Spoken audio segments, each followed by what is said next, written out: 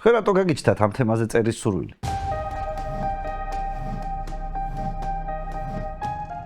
სამი ქალაქი, რომელიც ითვლებოდა ქურდების სამჭედლოდ, იყო თბილისი, ქუთაისი და სოხუმი. ციგნი წაიკითხეთ, ისწავლეთ, სპორტზე იარეთ, ვარჯიშეთ, ესეთი მოწოდებები ჰქონდათ რა. ეს 5-6 კაცი მე აგროვდა ერთ საერთო სალაროს. და ამ 5-დან 6-დან ერთ-ერთს ებარა აი ქალაქში რაც გროვდებოდა ეს ფული. იაპონჩიკი რო დაიღუპა დაახლოებით 5-6 წლის მერე მოკვდა ის ქალი. იაპონჩიკი ციხეში რო ხვდებოდა ხოლმე, ეს ქურდები მაგასთან მიდიოდნენ. არა ეს იმიტომ რომ იაპონჩიკის აზრი უნდა გაიგოთ ალბათ რაღაცა. არა, თვითონ წყვეტა და.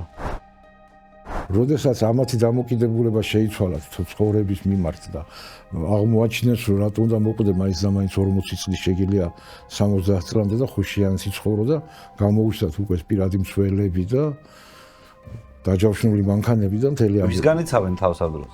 კოლეგებისგან პირველ რიგში.